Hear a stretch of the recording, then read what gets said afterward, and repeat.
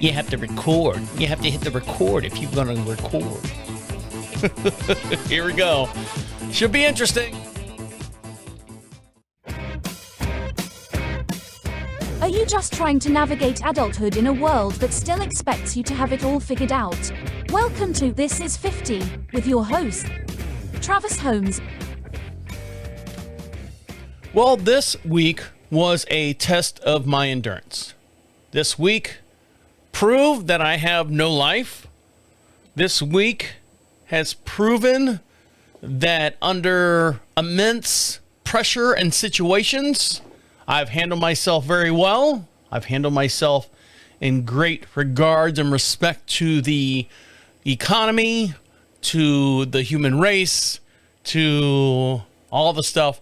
Can you tell I'm filling? Because there was no way. Holy Jesus Christ. I know I say that all the time. That should be the slogan. This is 50. Jesus Christ. That's it. That's it. If you're new to This is 50, this is my mental health show. I do this strictly for me. I do this, I've been doing this since I turned 50, coming up on 4 years of doing this show. I'm 53 years old right now. And so if you're new, welcome to the show. We do this on YouTube channel, so we have a YouTube video over there as well. And there's a lot of other backstory, backlog stuff. People that have been on the show and gone away and come back and all that stuff. So I won't get into it now. But what I do want to get into is what happened since last week's show. When I say last week's show, there was something stewing in the background of last week's show. I knew it. I was hoping it was going to fizzle out and nothing was going to happen. Everything was going to be fine. And then as soon as I got done with the show, I started editing the show and posting it up on, the iHeartRadio and Spotify and all that stuff and all the other podcatchers out there. I get a text message saying it's time to go. And normally when I do this show, there is, sorry, I'm moving things around here. Normally the outline of the show is something has happened major during the week, and then that's your teaser, and then I pay it off at the end of the show. But the stuff that I say gets you to that point, so you understand. Well, you're just crazy, Travis. You just can't do that. You just can't jump in there and do this and do that. No. There's a lot of things that happen prior, during, and then the end result is what's happening at the end of the show. That's why I say, here's your teaser. This show's going to be a little bit different because there is no teaser. This show is going to unfold exactly how it happened. This show is going to unfold, and I'm going to give you a complete timeline in order. But to get there, you're gonna have to take a long walking trip with me, because I'm not gonna skip around. I'm not gonna bounce around and do all this stuff. This is the stuff that actually happened in complete time frame, in sequential order. Is that a good word to say? I'm gonna throw it in there. That's a good word to say.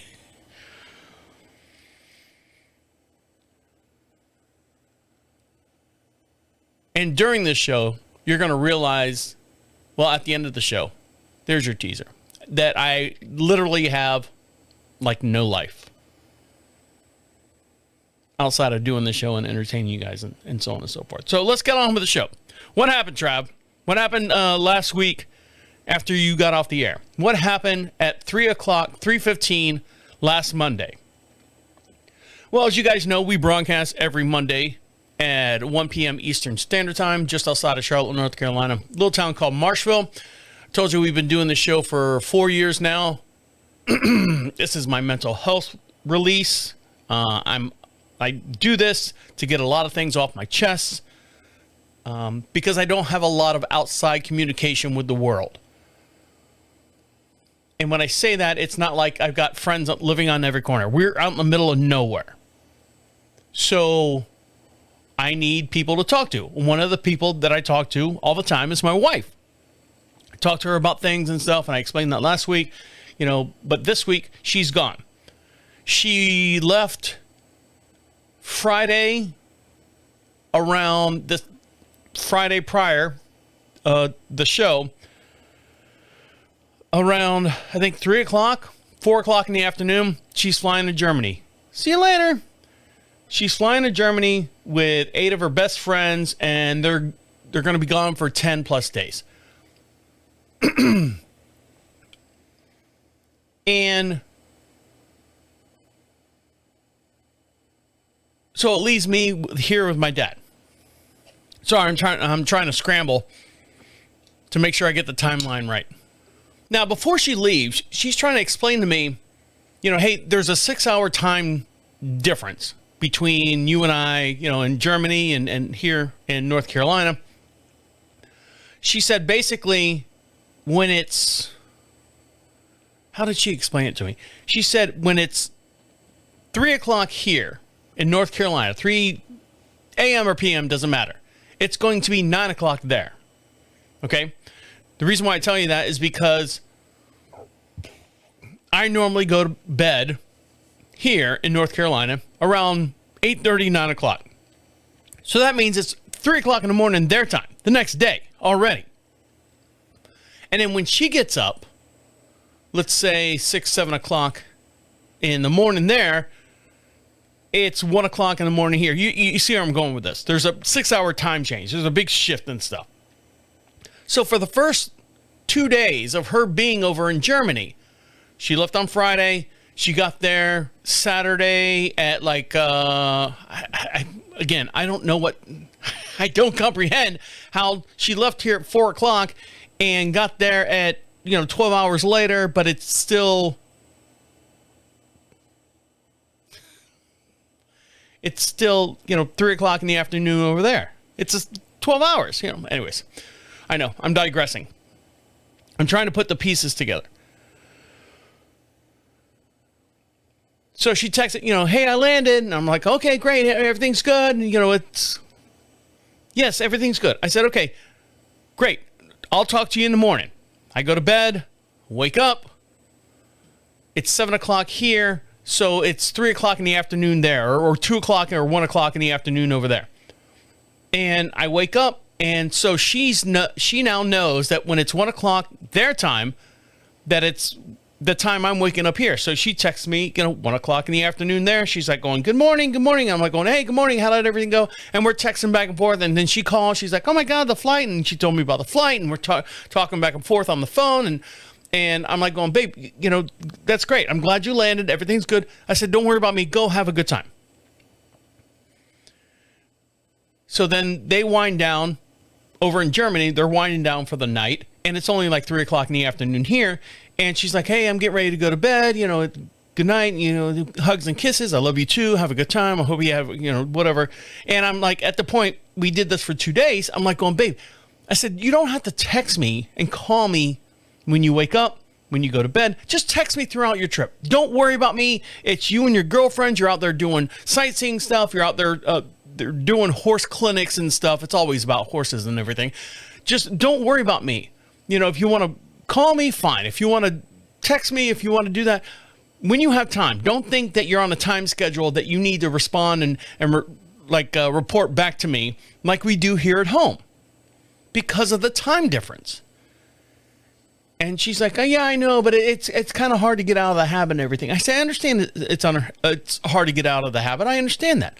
I'm the same way. I'm like going, I feel like I need to text her, but I know she's sleeping right now. But so one of the things that she said before she left on Friday at 3 o'clock our time, she's like, I don't think your dad's doing very well. I said, yeah, I know. His knees are still bad and everything. And, he can't walk around as much. The injections didn't work for his knee. He had gel injections for his knees and they're not working out good. I said, but he just got them the other day. So they said, give him a week and a half and he should be good. she's like, all right, I'm just checking on him, just want to make sure. Okay, see you later. Love you, bye. I'm on a flight to Germany. She goes to Germany, goes all the way to Germany, does all that stuff.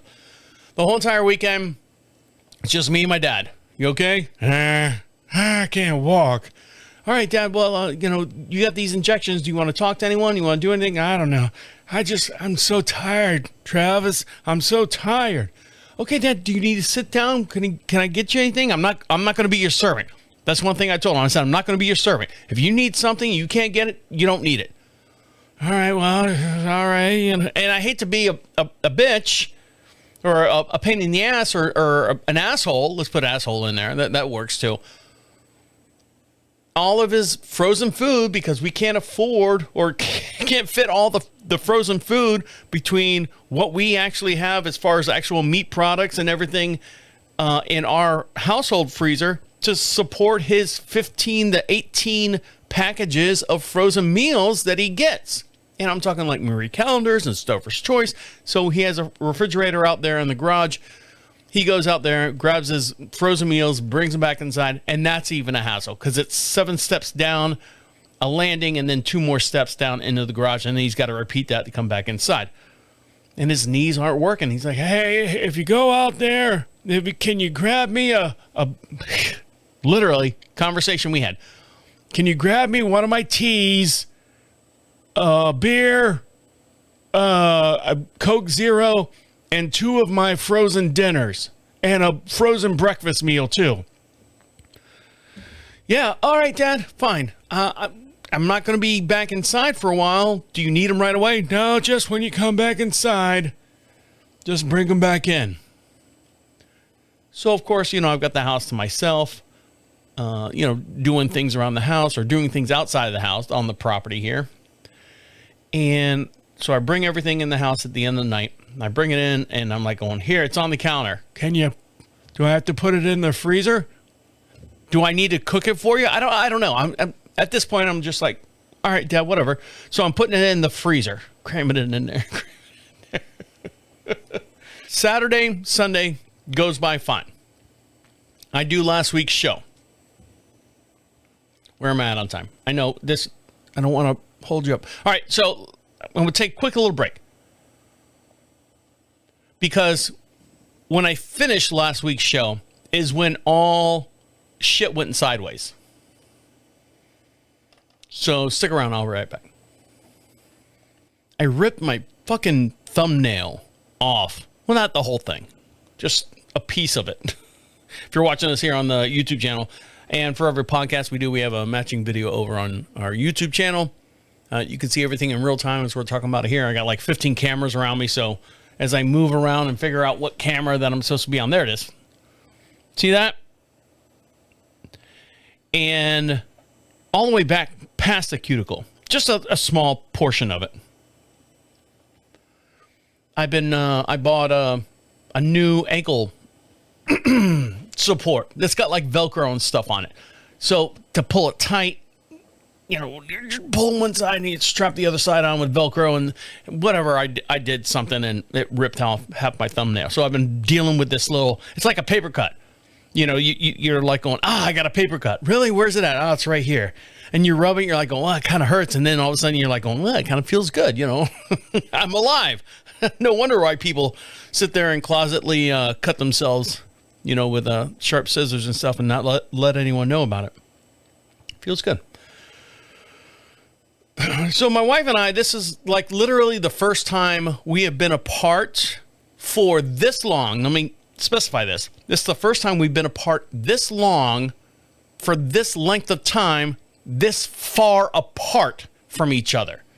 Now, she's been on business trips and everything, from here to Minnesota, here to, Phoenix, and she's gone for, 4 or 5 days at a time. But, we're still somewhat in a time schedule as far as like I can text her at 3 and she would get it at 5. The time difference was not an issue.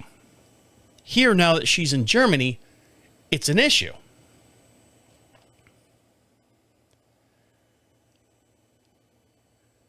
So, one of the things that happened when my wife went down to Florida a few months back, the first time or the second time, my dad, actually the first time, can I get this right? I'm going to say it this way.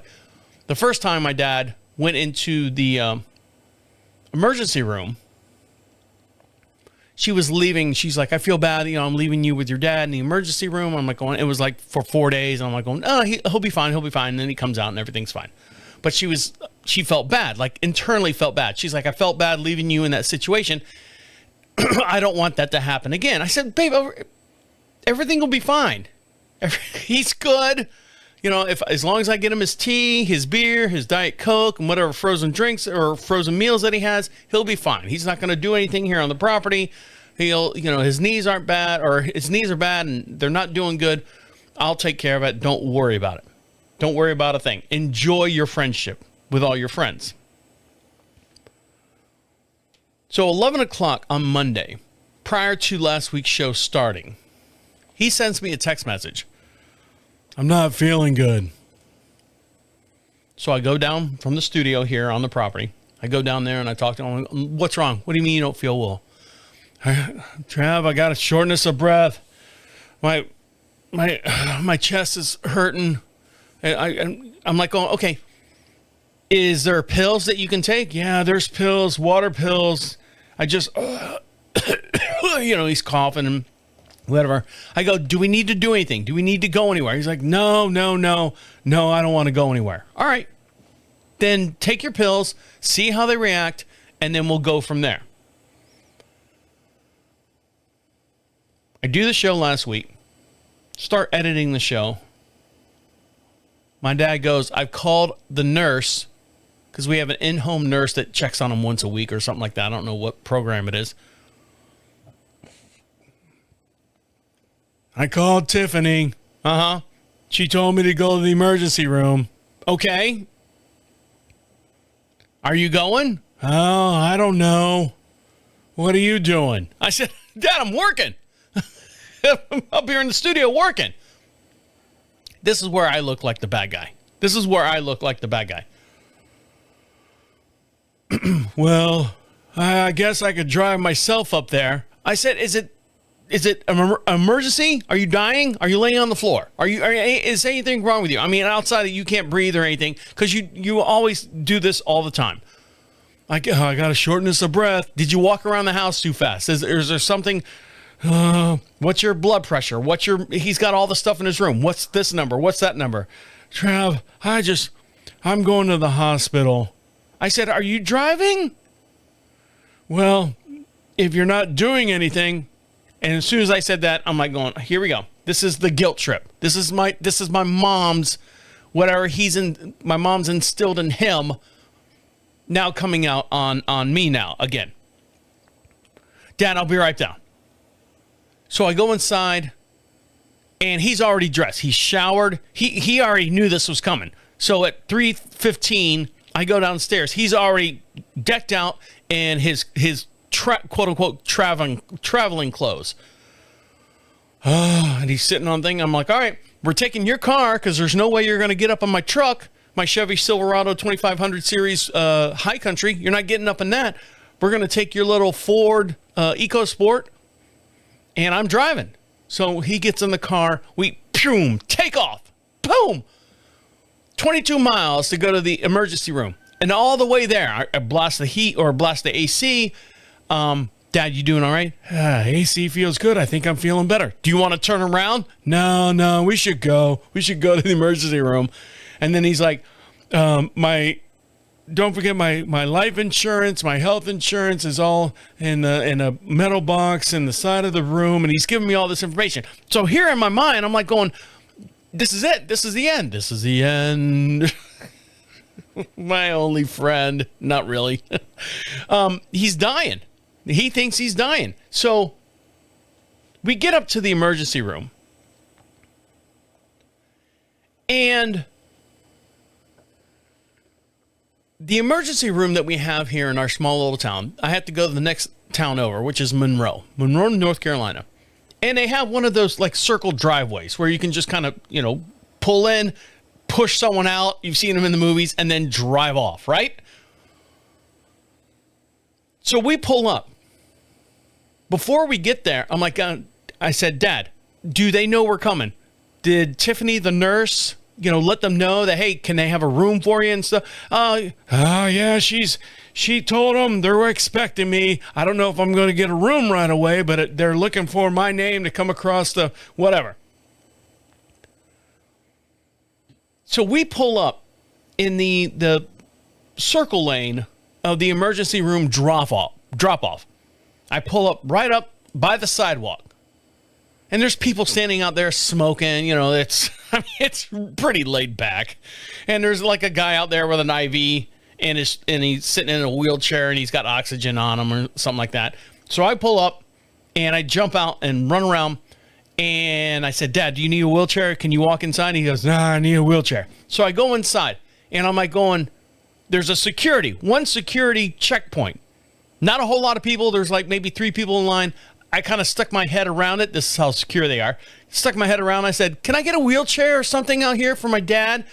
Oh, yeah. And one of the security agents grabs a wheelchair, puts it in front of my dad, and he gets out of the thing and roll him in. And I go, this is so fucking stupid. I go around the security gate thing, and the security officer there, I said, look, my dad's having a fit, okay? He needs to be checked in. I'm going to walk him through and drop him off at the desk, and then I'll come back around and come through the security checkpoint. He goes, well, hold on, I got to wand you. So he's wanding my dad, and then he kind of just wands my head and my shoulders, and he's like, go ahead, but you have to come back through because you got your cell phone and stuff on you. I said, fine, no problem. So I roll my dad straight into the desk, which is another 50 feet in front of the security thing, and I ram it in the desk, and I go, Dad, you stay right here. Walk back out.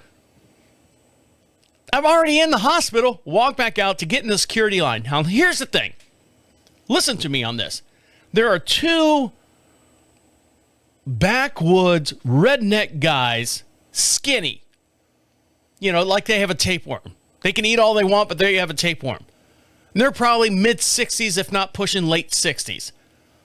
And to go through the single lane security booth thing, you've got to do just like the airport. Pull everything out, put it in one of those, little plastic bucket things or whatever, and you slide it through. You walk through the thing and they wand you if something beeps and stuff. These 2 guys, between the 2 of them, must have had $10 in change in their pockets. So they're pulling out all their change and sticking it in this plastic thing. I'm literally standing there going, look, I'm trying to check my dad in. My dad's just sitting there right at the desk. And they're like, who are you here with? My son's back there at security checkpoint. So I'm standing there while these 2 fucking nitwits are trying to figure out, they go through the security checkpoint, and then now they're trying to figure out, no, I had $5.72, you've got $6.49, and they're fighting about what change is in the fucking thing. And I'm sitting there behind them, my dad's, passing away right there as I watch, and I'm like going, fuck. So I put my phone in there, and he wands me, and he goes, beep, he goes, you have anything on you? I go, well, I've got this balance bracelet that my wife got me. I talked about that many episodes ago. And I said it's some weird metal shit in there, alien stuff. I don't fucking know what it is. And he wants me. He goes, no, you're clear. Go ahead. He goes, I know you're already in here. Go ahead. And he was real nice young black guy, new to the business. I don't know. So I run up there. I'm standing behind my dad in the wheelchair. And the 2 redneck dipshits go off somewhere else. And the lady who's checking people in, she's dealing with a hospice nurse or something. In the process of all this, I'm next in line. Some lady, some old lady, makes her way through security in a wheelchair with her appointed people. And she's like, it hurts. I mean, just like out of the movie. Herbie, my legs hurt. She's like Crypt Keeper looking. She's like, I'm old. And I'm like, holy fucking shit. Really? 3 o'clock on a fucking Monday afternoon? I got to deal with this shit? So the nurse, cute nurse, or the receptionist, cute receptionist, she's a nurse. She's been there before. It's like her shift. She's like, oh, fucking, why does it got to happen on my shift? All this shit happens on my shift. So she's got a phone behind her ear, and she's sitting there waiting for a response for the hospice nurse. And she looks at me. She's like, what's, and I'm just being as patient as I can.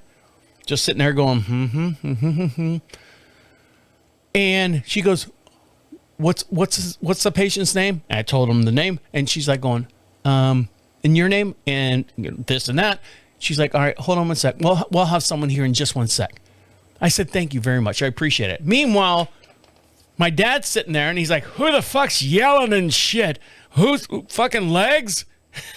And the old lady's got absolutely no underwear on. She's naked and half naked. Like they kind of threw like a gown on her before they left the house. She's, oh, my legs hurt. I'm like, fucking hell, Dad. So within 45 to 50 seconds, one of the nurses comes out of the back room, or one of the ER nurses or whatever, comes up to my dad. Hey, what's your name, sir? She scans his wristband. Everyone's got a wristband. Everyone gets scanned, make sure they have the right person. And she grabs my dad and rolls him like heading all automatically back to the back room with all the emergency rooms. And she goes to me, she's like, are you going to come with me? And I go, oh, no, I'm not going with you. I've got other shit. I'm in the middle of editing my show. I got a house to run. I got horses and shit and stuff to feed. I don't have time to sit up here and wait for my dad. You put him in a room, he'll let me know when he gets to go upstairs. They put you in the emergency room and then you go upstairs. She's looked at me like, oh my God, you're the worst son ever. Well, we can go toe to toe as far as who's worse, as far as between my dad and me. So she walks off and I walk outside. This is the exciting part, because I got into a fight with someone trying to leave the emergency room. Yeah, I almost had to throw bows. So I'll dive into that when we come back. So stick around. I'll be right back. So prior to all this going on, or in the process of all this going on, I was invited to a husband's retreat, gathering. I don't know what you want to call it, but my wife said before she left, she's like, hey, just to let you know, the husbands of all the wives that are going on this trip might, get together and have like a shooting thing. They do a lot of guns and stuff, or they're going to do something. I think I talked about it a little bit last week. What that something is, I don't know. So my wife says on Monday, this all happened on Monday. My dad going into the emergency room and everything. My wife says on Monday, hey, did the husbands reach out to you? The main husband reach out to you and say, hey, what's going on? I said, no, nobody reached out to me. I said, that's fine. I'm fine doing what I'm doing. I've got a lot of things going on. I'll explain a lot of that too, because there's a lot of behind the scenes stuff that I've been working on here on the show. I said, I'm fine. Don't worry. I don't want to get together just for the sake of getting together. I'm trying to just be as neutral as I possibly can. I don't want to stress my wife out. I don't want to, all this stuff about what's going on. So one of the wives got upset. Hey, why haven't you texted Travis about what's going on? He's sitting at home doing absolutely nothing, waiting for you guys to get together. And, he'd like to join you guys while all the women are out of town. Within 45 seconds of that text messaging going out, I got a group message. Hey, all the fellas and stuff are getting together, and we're going to have like steak, and we're going to have, cigars and smoke and have a great time. It's going to be this Friday about 6 o'clock and all that. And the text comes across and I go, oh, fuck, God damn it. Damn it.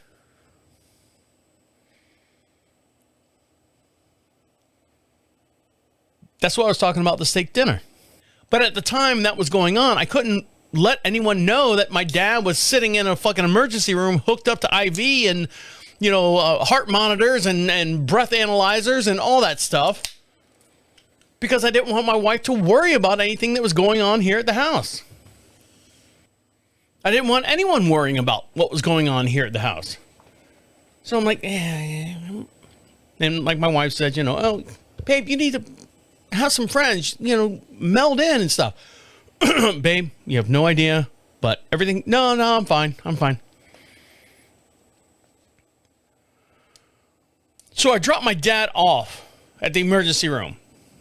Now, in the process of the chaos that is the emergency room checkout, literally, it was just my dad, the hospice nurse, just trying to make sure her paperwork matches the receptionist's paperwork, and then the lady behind my dad who looked like the crypt keeper going, my legs, they're falling off, they're burning, I'm dying.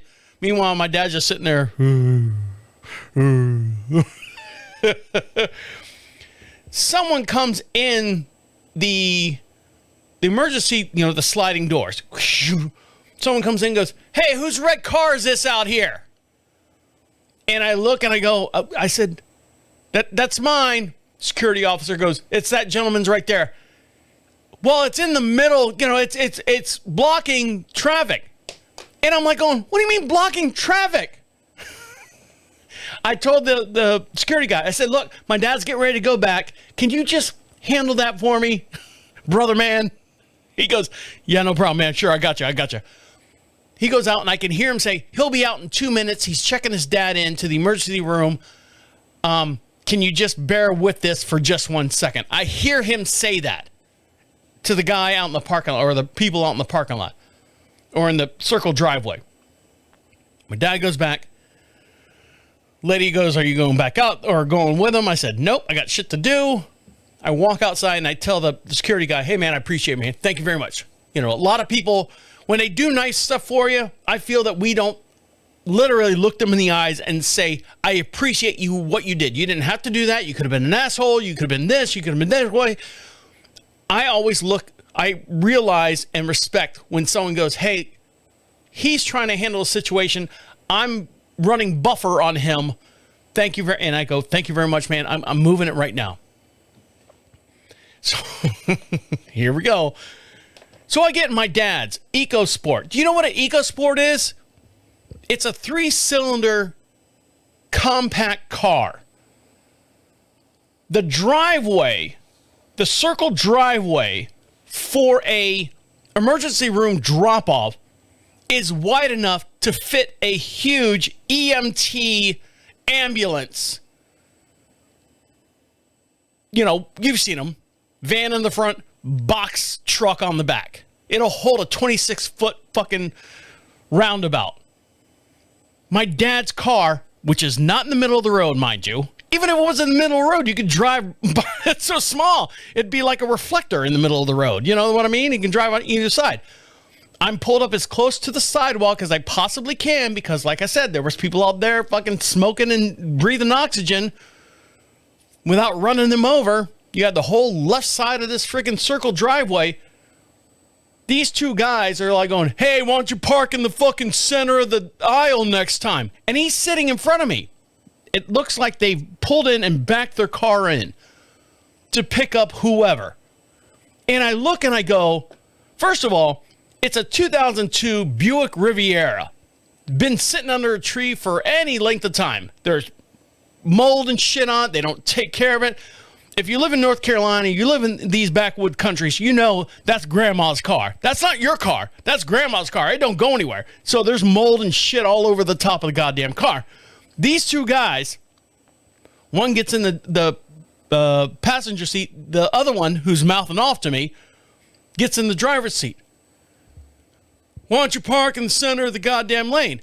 And I'm in this little car. Now, I'm 6'2", 260 pounds. And I roll the window down like, I'm gonna fucking crush these guys. And I go, I'm hitting the window to go down. I go, what'd you say? So he's got one leg in the car and he pulls that leg right back out. He goes, hey, why don't you park in the middle of the lane next time, asshole?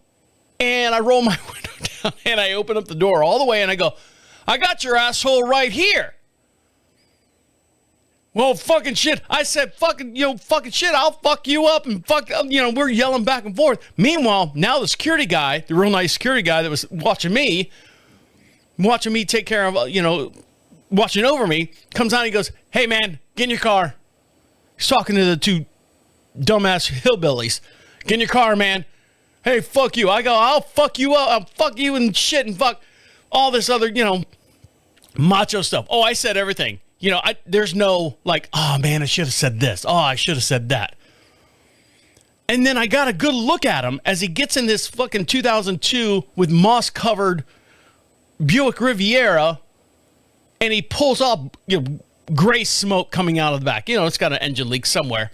I go, these are the two fucknuts that were arguing about how much change was in the freaking plastic tub I'm trying to get through fucking checkout through, or the security line through.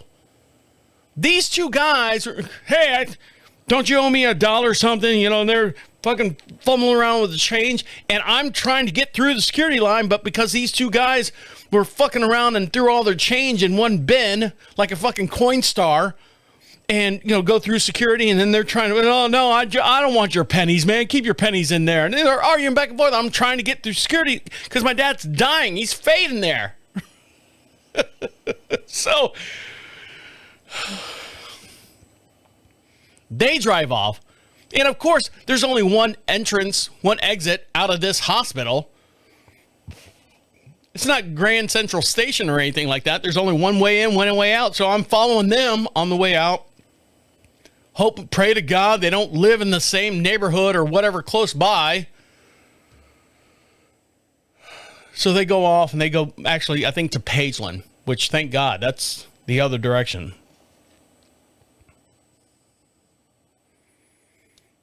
Now, one thing I didn't tell you, which I'm sure you could probably assume right now, not right now, but by now, when I do the This Is 50 show, I like to have a couple beers. So the whole entire time, my dad said, I'm going to the hospital.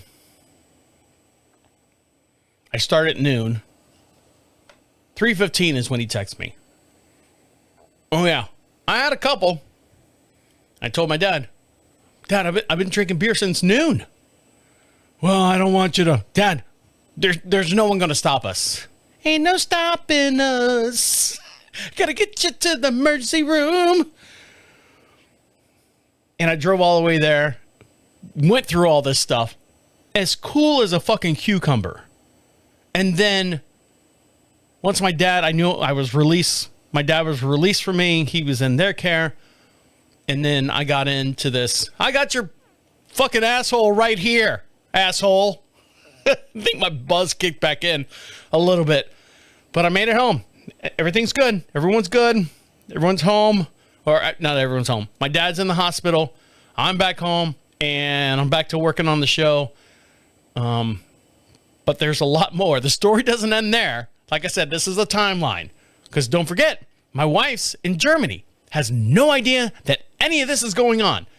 I'm getting texts from the husband franchise to come over and have steaks and stuff. Nah, man, I can't do it. There's some stuff going on. I need to be my presence here on the property, worried about horses and blah, blah, blah, blah, blah. Whatever, quote unquote, excuse that I made, which wasn't an excuse. I just kind of packaged it different. So, but the story continues, and I'll do that when we come back. So stick around. I'll be right back. So I'm back at home. This is Monday. Oops. Still Monday. I get back home, finish the show.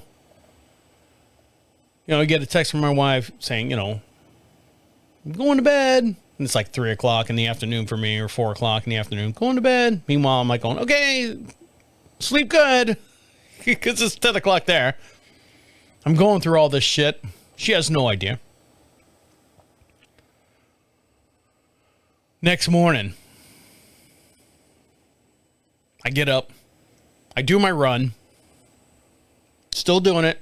I still have an ankle brace on. I still got that bad Achilles tendon. Still locking my foot up as I walk. I got to walk for about a quarter mile before it loosens up, and then I can move freely about the cabin. There's this one lady. Did I talk about her yet? I forget. I ramble so much. She's like 80-something years old. And she's right on the corner of the cul-de-sac that I go down. And she's got a spaniel, king spaniel, long hair, long floppy ears, short dog. Brown and white. And her husband just passed away. Maybe about 7 months ago. So she's in dilemma. She's up in the air as far as what she's doing with the property and all that. But every day at 8:30, she'll bring her dog out the driveway and walk the dog down the street that I run down. Because there's no traffic. It's a cul-de-sac. It's a half-mile cul-de-sac. All the way down, circle around, come back. So she doesn't have to worry about traffic or anything like that. This dog has never been trained somewhere in its history of being a dog. Because every time it sees someone, and she's got a full-on harness on this dog. Not just a collar, ark! You've seen them now, everything's pet-friendly. It's got a harness and a little eye loop for the leash to go through and stuff. This dog pulls her like, oh, I feel bad running by her. It's going to kill this lady. Like I said, she's like 88 years old. She's like 92 pounds. And she's like, I forget what the dog's name is. Let's say Saffron. Saffron. Ah! She's pulling. I said, it's like, someone that's 200 pounds fighting a marlin. She's like, ah! And I try to do a wide swing around that dog so I don't walk anywhere near it. But she goes down this little cul-de-sac. Her part of the cul-de-sac street, walks down there. Dog poops right in the fucking street, which I don't know. But she sits on about 4 acres or something like that. Put the dog in the backyard. Let it poop. You don't have to bring the dog out. Travis, how are you? I'm good. How's Saffron? I mean, the dog, it's one of those dogs, she gets so excited that when it jumps at you, she pulls it back and it flips out of the water like a fucking marlin. This fucking King Spaniel or whatever it is. Saffron, come here. Saffron, come back over here. So I try to stay away from the dog because I don't want to be responsible for this lady's death. I got enough responsibilities going on here.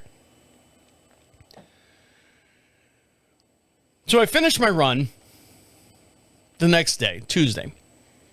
Have my breakfast, eggs, cottage cheese. Watch a TV show while I'm... you can see my... my priorities. And then I go up to see my dad. Usually get there about 9:30, 10 o'clock. He's sitting in his room. And I go, Dad, what the fuck happened? Well, I got water on my lungs. I thought they gave you pills for that, Dad. Well, they did. Okay. Well, yeah. They say, I don't know. And I'm like, spit it out, Dad. Because you're not going home like last time. You're not going to fight these people saying, I don't need to be here. My heart rate is good. I stress out because of, being in this room and all that other stuff. You need to let me go. And he was ornery about it. I said, you're not going home until they figure out why you're doing what you're doing.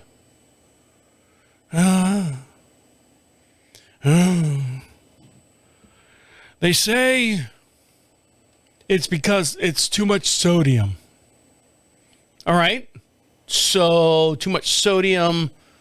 My body can't process the amount of liquid that comes in my body. And I'm speaking I'm speaking as my dad, like he's the doctor. He doesn't talk this way, believe me.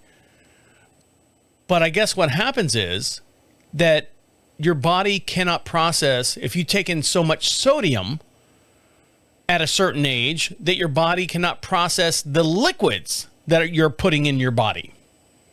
So, for example, if you drink, 2,000 milliliters of water, and your body can only produce 500 milliliters of water. Now, I'm exaggerating. I don't know what the actual threshold is. That 1,500 milliliters of water is floating around your system. Guess where it goes? It goes in your lungs. That's why they say, I've got water in my lungs. Your body is not processing that liquid fast enough because of your sodium intake. I said, damn, I thought you were doing a whole, you were getting all the healthy stuff for your meals and stuff. Now, don't forget, my dad, everything that he eats is out of a fucking box. It's frozen. Well, I eat good. I get all the meals and stuff that I get. Here we go. Ready for this? I get the breakdown of it. All the meals and stuff that I get, each one is below 1,000 milligrams of sodium. Is it really, Dad? Yeah, I get the whatever that's got, it's 900 milligrams of sodium.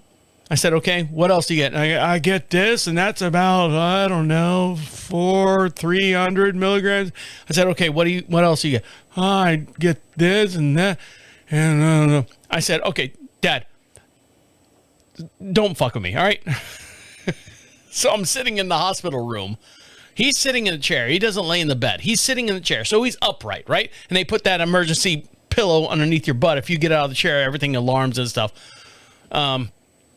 So he's sitting in the chair. I'm sitting in the patient, not the patient chair, but the visitor chair, which is, some of them are nice. This one was nice. I said, okay, Dad, what do you have for breakfast? And I've been watching you. I'm glad you're doing this. He has 3 hard-boiled eggs, which he buys already made, tomatoes, hot sauce, and mayonnaise. I'm like, all right, I don't know how to register that. What do you eat after that? Because, Dad, I know you have 2 breakfasts. We talked about this before. Well, I had the Jimmy Dean sausage and biscuit gravy. I said, how many milligrams of sodium are in that? About 300. I said, okay. And I got a brand new phone here. Thank you very much. My wife bought me, or we upgraded our phones, I should say. Got a new phone, looked it right up. 560 milligrams. I'm going to write this down. 560 milligrams of sodium in the biscuit, Jimmy Dean biscuit thing. I said 300 calories.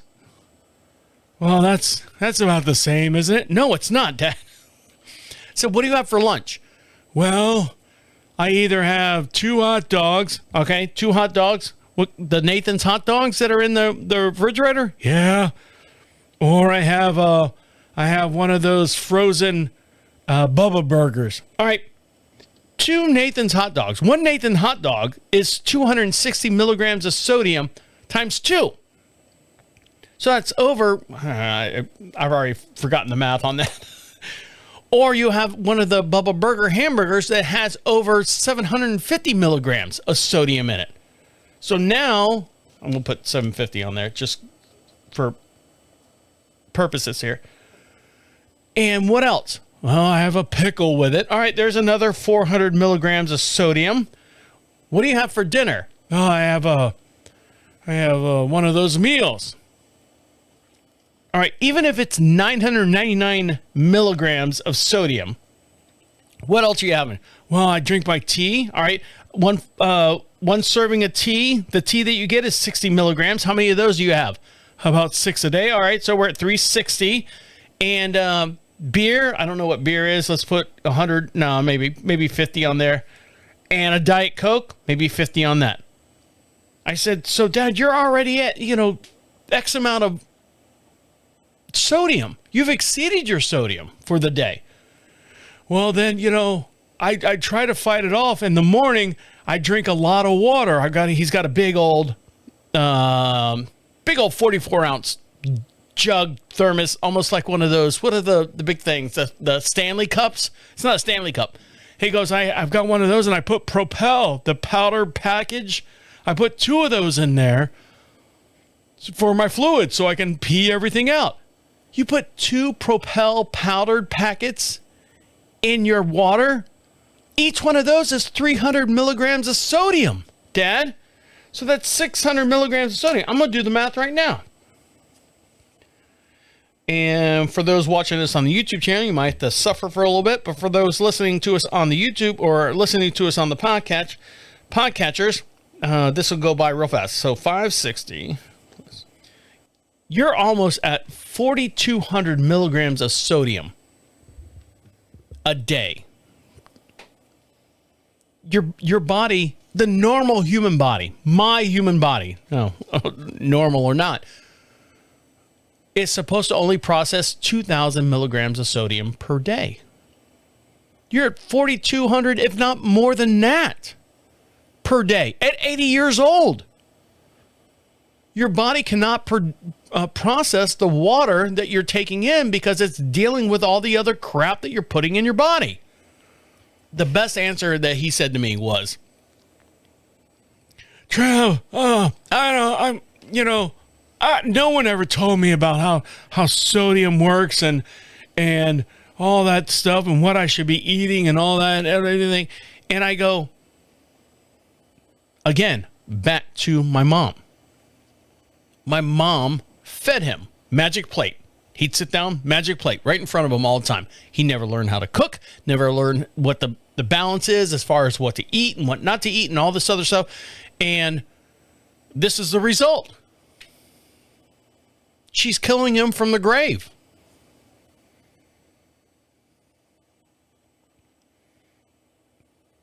Where are we at on time?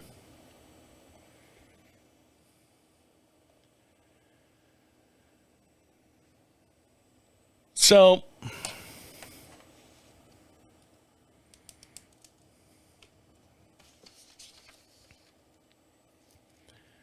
there's a little bit more that happened there. Maybe throughout the next couple weeks and stuff, I can talk about it. But, I mean, I can't talk about it, but I'll talk about it later and dive into a little bit more. But I'll dive into, my wife now coming home and not knowing any of this has happened. She's clueless. Every night, I had a great time. She sends me all these pictures. Oh, that's great, babe. Everything looks good. How are you? I'm fine. Everything's great. Thank God we weren't doing the video calls anymore. We weren't doing like actual phone calls anymore. Everything was a text. So I'm fine. Everything's great. It all depends on how you interpret it, the reading. So I'll dive into what happened and how my dad got out of there and the end result of what's going on. So stick around. I'll be right back. So I go up there, see my dad in the hospital. And every day is a new nurse. Every day is a new person. I'm sitting there in the visitor's chair and talking to my dad, and we're talking about movies and stuff. You know what? In retrospect, me and my dad kind of just chit-chatted because I was there anywhere from 9:30 to like 1 o'clock in the afternoon, just catching up, and we would talk about hey, undivided attention here. Hey, whatever happened to Grandpa's place? What happened to your dad's place? All this other stuff. So we caught up. It was like a history lesson, him telling us about the family tree without telling us about the family tree. And we talked and yada, yada, yada. And so it was a great experience for me. But it got to the point where I was like going, he's not telling me anything new that I already knew or didn't know. But I wanted to like verify that, hey, wasn't Grandpa a moonshine runner at one time? Yeah. Grandpa meaning his dad. Why did he move from North Carolina to downtown Paramore in Orlando. I mean, how did you guys end up in Orlando? Well, grandfather used to owe money to people, and my dad was born in 46, so do the math on that. One of the things I was talking about, people coming in, people coming out.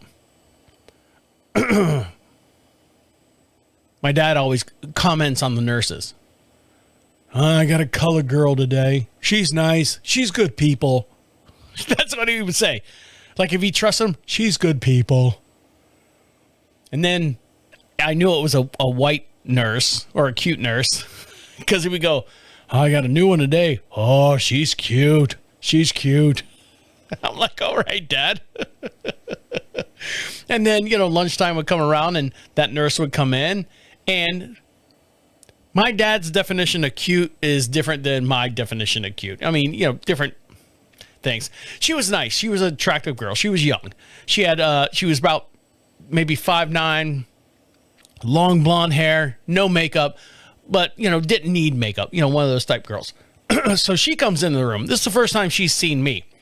And I'm sitting in the visitor's chair, and my dad's off to my left-hand side sitting in the I can't get the fuck up out of my chair over there. So she comes in, she's like, hello, knocks on the door. Hello. Hey, Mr. Holmes. Hey. She's like, hey, I'm here to take your vitals right before lunch and stuff. She's like, who do you have with you? And she looks at me and I go, I'm just a friend. I look at her and just a friend, I'm just sitting there, and I look like exactly what you see here on the YouTube channel.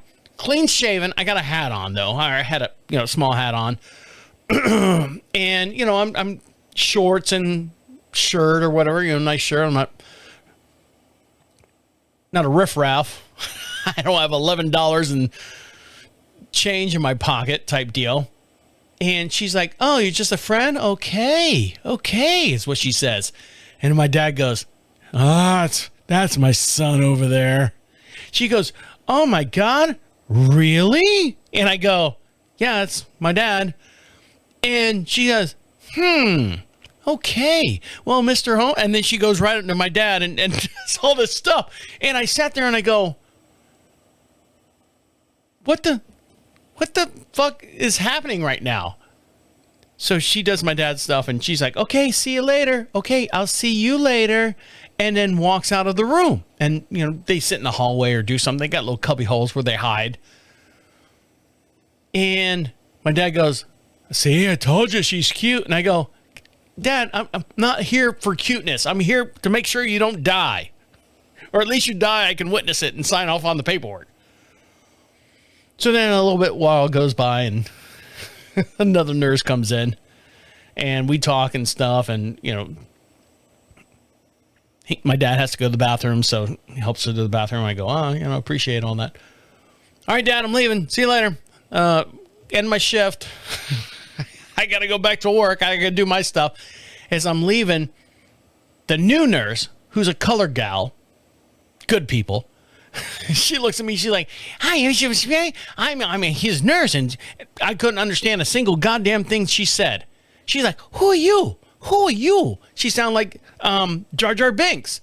Who are you? Because there's a lot of foreign people, Somalian probably, I don't know. There's a lot of foreign people, Jamaicans and stuff that work in that hospital. I'm his son. Oh, he's such a great man. He goes, nobody think of him. I'm like, all right, I gotta go. So as I'm walking down the hallway, the little blonde-headed nurse is sitting in one of those little cubbies that are cut out in the wall. She's like, oh, you leaving? I'm like, yeah, I got work to do. Oh, okay. See you later. And I go, okay, see you, weird, awkward, see you later. And I'm driving home, I'm going, she's like 24 years old. And the reason why I said she's like 24 years old, 25 years old, and I go, maybe I don't look 53 years old. Maybe because of me shaving my beard, and this is where I'm going with it. Believe me, if my wife and friends are listening, believe me, because I've got a friggin' mohawk, I've shaved off all my gray hair on the side. I've shaved off all the gray hair on my face. Maybe I look better than my age. I don't smoke, so there's no lines or anything on my face. You know, my face is pretty much smooth as a baby's bottom. If you're watching this here on the YouTube channel, thank you very much. Maybe my face and maybe my weight loss and all that other stuff, you know, compounded together to where I don't look like I'm 53 years old. I was excited. Not excited like, oh, she noticed me. But she didn't think that, one, I was his son, and two, that I guess I was his son. I don't know. Just throwing it out there. So my dad comes home. I did the same thing that I did when I dropped him off. I pulled up to the house, kicked him out of the car, said, "You're on your own. Find your way to the back door, front door. I got to go grocery shopping." So, not really, but still. All right, Dad, I got stuff to do. All right, Trav, you didn't tell Amy about any of this, did you? No, Dad, I didn't. I didn't say anything. Okay, I don't want to ruin her trip, her worrying about me, and you've got enough to worry about between, you know, this and that and the things and all that. I'm like, oh, okay, Dad, fine, no problem. Yeah. Our lips are sealed type deal. But in my mind, I'm like going, I can't keep these secrets. I can't keep this from my wife. There's no way I can live with myself and keep this from my wife, because then our whole entire marriage, our whole entire pyramid, our structure of our marriage, I don't know why I said pyramid, like who's on top? Our whole entire structure of our marriage would be lost. And anything I would say after that for the rest of our life, believe me, I've been through many relationships growing up. I didn't get married till I was, 40 some odd years old. And, you know, she was younger than I was. There's a reason why I know, you know, you learn from your mistakes in relationships. Not that everyone was a meritable person, but you learn your lesson from mistakes that you've said or you held anything back, and you learn from them. And I did not want to say anything to my wife or not tell her. So I didn't want to keep any secrets from her. So I get a text message on the day that my wife is leaving Germany. And she says, our plane is delayed. They had the plane that we were going to get on in Germany doesn't work anymore. So they have to get us a new plane. And so it's going to be a 3-hour delay. 3 hours turned into 3.5 hours. And meanwhile, I'm getting all this text at like 6 o'clock in the morning. My phone doesn't work. You know, I put it on snooze or do not disturb or whatever. And she's like, yay, we're finally off the ground. So I wake up and I go, okay, she's off the ground. The time is ticking. The dial on the clock is counting down to when she comes home. And I'm thinking my whole entire time, how am I going to explain this to my wife and not, one, look like a bad guy, two, not get in trouble, quote unquote, in trouble, and three, to make sure that she understands exactly what happened during the whole entire thing.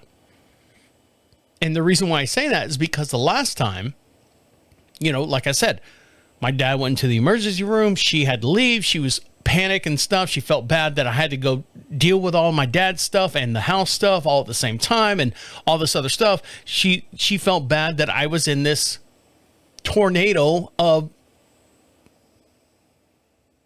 things that were going on that I could not handle. I don't know why, but she's an alpha female. She has to, I mean, that's what she does. That's her job. That's what she, it's how she is. Let's put it that way. That's how she is. And I've accepted that. I understand that. So in my mind, the whole entire time she's flying home and I'm watching it on Flight Fare or whatever it is. And I'm like going, all right, she'll be home in 8 hours. Okay. Come up with a plan. How are you going to do this? How are you going to do this? How are you going to, keep your dad? My dad's already on board. Don't tell her anything. I don't want her to be upset. Okay, fine. No problem. I won't tell her anything. Then it's the 3 hour, 2 hour, and I'm watching the plane 1 hour before she lands. Then she lands.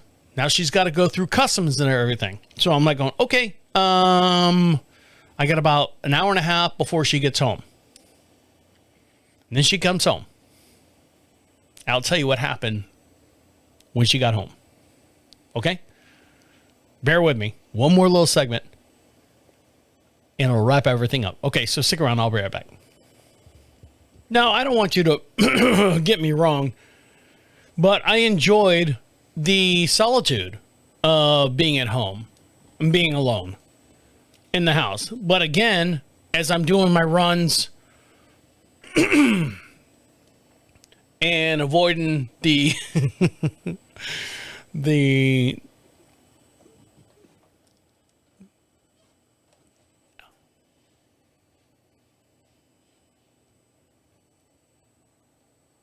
ferocious marlin that the 80-year-old woman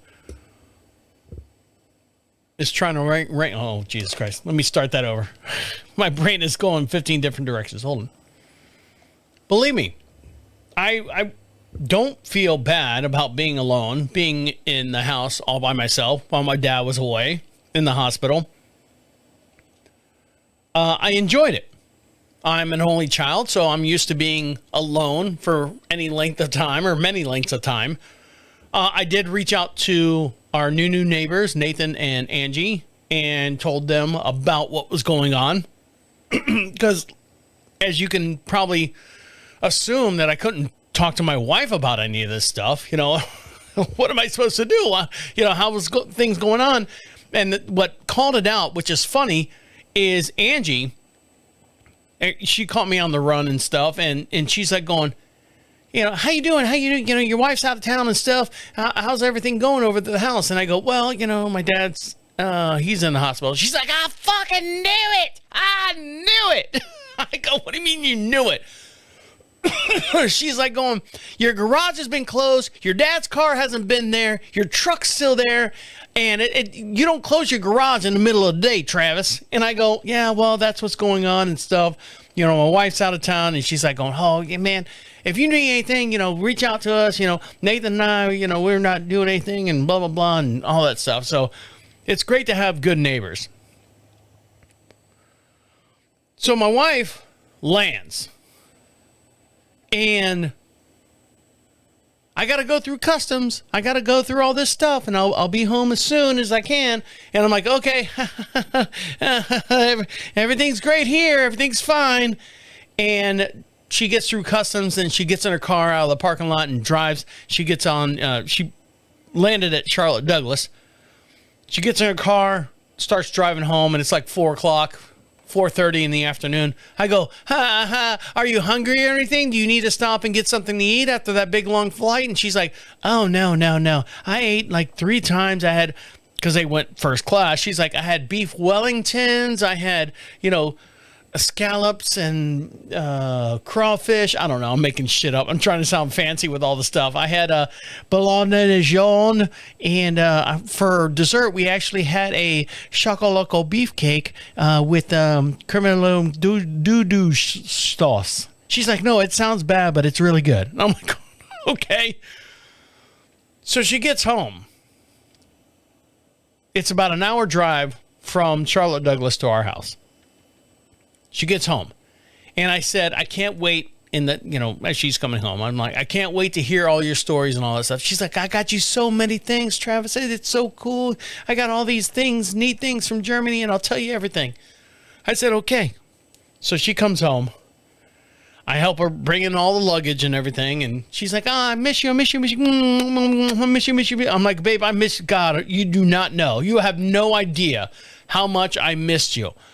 I have not missed you this much in so many years. there was a time when we first started dating, like right on the cusp of, I don't know if she likes me or not. And she went on a work trip, and I just moved into her house. So I was responsible for her house and the dogs at the time. And she came back from her trip. It was like a 4-day work trip.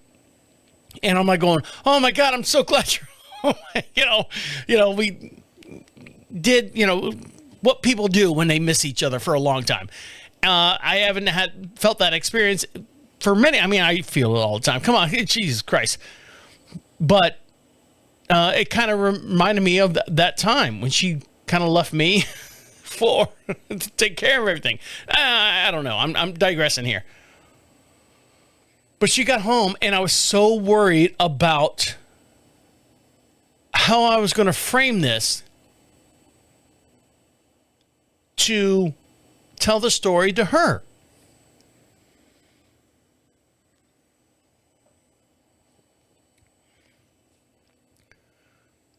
So she gets home. She has no idea. Still no idea. She saw my dad. She's like, your dad doesn't look very well. I'm like going, yeah, his knees are bad. And we'll talk about that later and all the stuff that he's going through. She's like, oh, I got you this. And she's explaining everything that she got me. She got me a lot of cool German stuff and some new outfits, and everything's cheaper over there as far as like, tailor made and clothing lines and all the other stuff. And I'm like, all right, well, I can't wait to wear this. And this is kind of cool. And she's like, I got myself this. I got myself that, try this on and try this on. And I said, okay. I said, you want to sit down and watch TV and do the stuff that we normally do? She's like, yeah, I'm exhausted. I said, I know you are. Ate dinner, relaxed. She was out, like sleeping by 8 o'clock. Which is fine by me because I've been going to bed early every night too, and then waking up at 6:45 every day because I didn't have the disruption of the household. So the next morning, after my wife lands, she's like, I'm going to do horse stuff tomorrow. I said, I understand that. You have to go see your horse that's in training. So she's like, I'm going to spend all day out there, or most of the day out there doing that. Okay, fine. She gets up at 5 o'clock because her time equilibrium continuum is all messed up from jet lag and all that stuff. She's like, wakes me up at like 5:20. She's like, I'm going to go to the barn. Are you okay with that? I'm like, yeah, that's fine. Yeah, babe, go ahead. I understand. Go ahead. I understand because we did the whole Europe thing. When you come back home, your body's all misshapen and stuff. Go ahead. She's like, I'll be home. Don't worry, before noon and stuff. I'm like, okay, fine, go. So I fell back asleep. Woke up, did my thing, did my run, made my breakfast, prepare for the show, did all that stuff. Now, when I say prepare for the show, I normally write this list. If you're watching this here on YouTube, I normally write this list. And these are just like little PowerPoints and stuff that I want to talk about during the week. I did not write this list. That's why the show's a little bit late today. I did not write this list until I talked to my wife and figured out what I was going to talk to her about and what I could bring on the show. Because in my mind, I was like, it's going to go one of two ways. One, I just bury the whole ER situation down, don't talk about it. And I don't think that would be fair to the whole entire household in itself. Or two, I need to tell my wife about this and all the situations, the basic ground-up stuff. She doesn't know about the fight. She doesn't know about all the other stuff. But the basic ground rules as far as what happened during my dad being in the hospital. So my wife goes, she's done with the riding lesson. I'm home, on my way home. I got to stop and grab hay, and then I'll be home. I said, okay, great. When you get home, let me know, because she's got my truck. Let me know. I'll jump in the truck, and we'll ride down to our barn, and I'll help you unload the hay.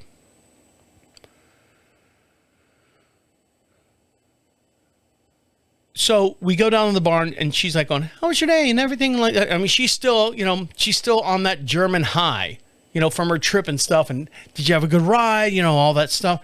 And I said, I need to give you an update on my dad, because she noticed it right away. When she got home, she's like, your dad's not doing very well. I'm like, yeah, my dad's knees and stuff. I told her 80% of what I told you guys. And the 20% I didn't tell you is the other stuff that she doesn't need to know about, about me fighting with the guy and then the nurse calling me this and all the other the arguments and stuff that I had.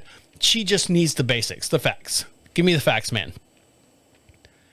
And I said, I was so nervous. I was almost sick, like watching your flight land and knowing that there was a time frame that I need to tell you about this whole entire thing. And one thing that kind of slowed my thing about telling her, because I said, I always say, is there any gossip or anything going on, anything going on with the horse community and stuff that I should know about, that type of stuff. She's like, yeah, they're one of the people that was on the trip. Their rescue dog got out and it ran away. And that person was ready to jump on a flight and go home and find it. And I go, really? You're going to pay 6,000 miles or pay $6,000 to jump on a flight to come back to your hometown to find a dog that's a rescue because it got out of your yard? She's like, yeah, well, things happen. And I go, well, it's a good thing I didn't say anything about my dad the whole entire time. And I said, well, speaking about my dad, this is us down at the barn. I told her the whole entire story. And I said, this is why I did this. I didn't want you to have to worry about myself. I didn't want you to worry about my dad. I said everything was handled fine. Nothing got interrupted here on the property. Horses got fed. Horses did their thing. The house got, up to date. When I say up to date, there's things that happen inside the house that need to happen. I said, I'm fine. My dad was completely fine. There was no way he was like in quote unquote critical care. He was not on life support. He was just sitting in a chair. I was sitting in a chair just like I'm talking to you. Everything's good. But things are going to have to change in the house for my dad. He has to, take the less water in. He's got to do this. Plus he's going to have surgery, or quote unquote a procedure. Now that they, determined that there's a valve that's bad in his heart and he can't drink or intake, 4,500. So, and I told her the whole sodium story and she's like, oh my God. And I said about the whole water intake. She's like, oh my God. And she's like, I said, yeah, but he's done it to himself. It's not his body letting him down. It's what he's doing that allows his body to let him down. He's not paying attention. He's not following the rules. So I didn't want to keep these secrets from her because one of the things that my dad said, as Amy got home, I'm changing my diet. I'm trying to be better and all that stuff. And I'm like, all right, fine. She's like, oh my God, your dad's doing good and all this stuff. And she said to me, she's like, I really, really do appreciate the way you handled everything. The way I would have done the same exact thing. If you were out of town and something like this happened with her dad or her family member, she would have done the exact same thing. There is no need to cause any alarm. There was no need to have me worried about it. So she would have done the same thing. She was like, I would have been pissed if he was on life support and you didn't tell me. I'm like going, yeah, duh. But I couldn't. I was so nervous because it's the first time I had a dilemma in my mind. Should I tell her or should I not tell her? I don't want to have any of those secrets. I don't want to have anything like that that's going to come around. And then all of a sudden, worst case scenario, my dad dies. Boom, right then and there. Boom, oh, he's dead. Oh, what happened? Well, Mr. and Mrs. Holmes, when your dad was in the hospital last time, and my wife would have gone, last time? You mean like 3 months ago? No. He was in the hospital about a week and a half ago. Oh, shit. Why didn't you? And that would have been the end. That would have been the end. I would have been divorced. I would have been running on the streets by myself. I would have been, talking about having no life at all. I would have had absolutely no life at all. And that was the thing that I was bouncing around in my head and how to explain it to her. And I'm hoping that I did her justice. And she said yes. She said, yes, I agree. You did well. I'm happy. I'm sorry you had to go through that. Sounded like you handled everything well. Your dad's in the house. He's doing well.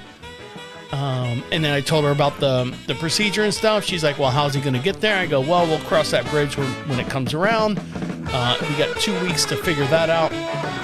But I'm glad you're home. I missed you. I missed you. She's like, I missed you too. Smoochy smoochies. All right. All right, guys. I appreciate you working. Jesus, can I get this right? All right, guys. I appreciate you listening to me work all this stuff out. I'll talk to you later. Okay. See you. Bye.